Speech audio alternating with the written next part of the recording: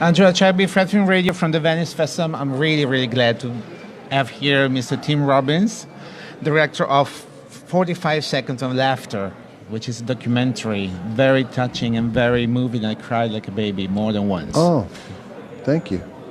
You were... Thank you for being open to the emotion. No. Oh, I am. I can't hold... No, actually, it was impossible to hold back at some point, especially towards the end. I always am moved by the work that these incarcerated men do. I mean, it puts everything in perspective when you see someone that is spending the rest of their life in jail have the courage to explore in this work. It's deeply inspirational. Because your film is about this program, this workshop, theater workshop that you with the Actors Gang did in this level 4, I believe, prison in California, which is called Calipatria. Yeah, maximum security. The maximum security. Yeah. Why did you start doing this? Why did you start the Actors Gang?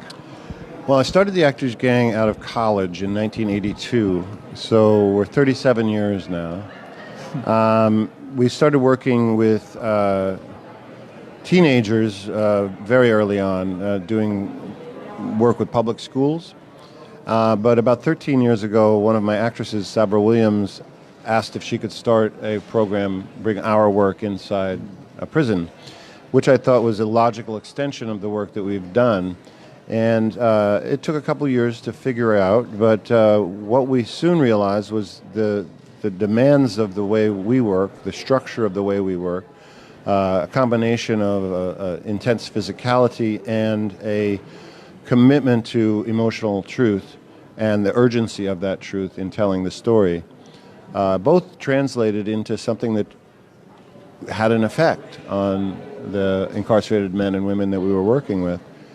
And we witnessed transformation. We witnessed a completely shut off, emotionally stunted person transform into an open, sentient leader. And we witnessed this again and again and again. Yeah, which is really touching because you see like those men who are forced to be very macho, very masculine, having some problem to reaching out to their inner self, but then when it happens, just goes, and it's a relief. It's so inspiring. Many times we are told by the parents of these incarcerated men and women, oh my goodness, I've seen my child again. I've seen who he was before he got into trouble. And it liberates that in them. It liberates an emotional truth in them that they have been hiding. There's one predominant emotion in prison, and that's anger. And many times we've heard, I didn't realize I was wearing a mask for 30 years until I put this makeup on. And the mask I've been wearing is the one that I wear out on the yard, which is this tough guy. And I'm more than that. All these other emotions that I've been hiding and I've been suppressing for years have taught me that I am more than that angry mask. But probably also because the situation where you act, where you perform and you do workshop is like a safe place for them. It's like like a bubble where they're safe and they're not judged. Which I think that not being judged is the key thing. Absolutely. Absolutely. It gives them an entry. They trust more. Every time there's a program, they tell us there's judgment. I'm the expert. I'll tell you what. I'll tell you about yourself. And we as actors know we don't do this. If you want to liberate something in an actor, you can't be the expert. You have to allow for the discovery and for the unknown, and then you'll find the truth. And we take this work inside, and it has that effect on people.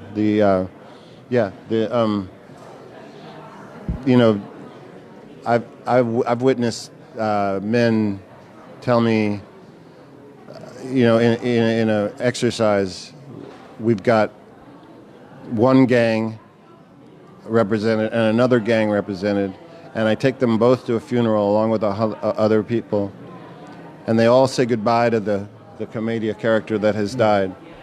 And it's very emotional, very sad. And they're all deep in the emotion because they've either been to those funerals or they have, more importantly, missed those funerals of people that they loved that they couldn't go to because they were in prison. And they all say something under their breath, goodbye, put a flower down. And then I say, well, now look at each other.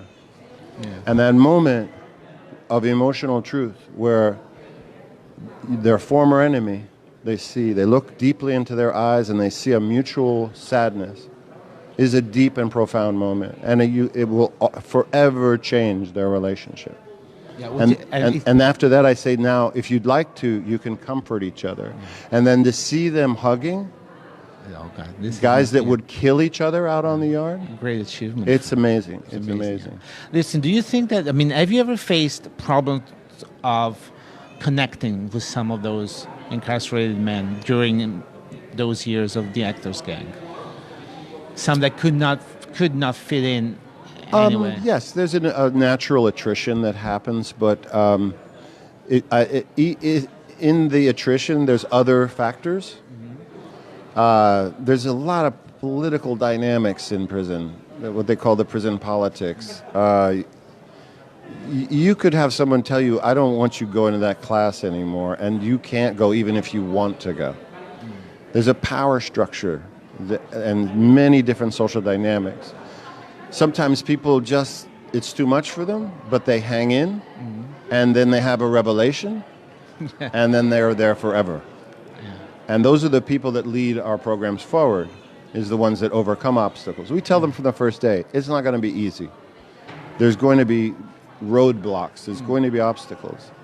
But part of the work is recognizing an obstacle and overcoming it. Yeah, because it's right, because what we see in the film for us, outside of prison, is not very difficult to do. It's like games, social games. But for them, must be like a mountain to climb barefoot, something like this. Yeah.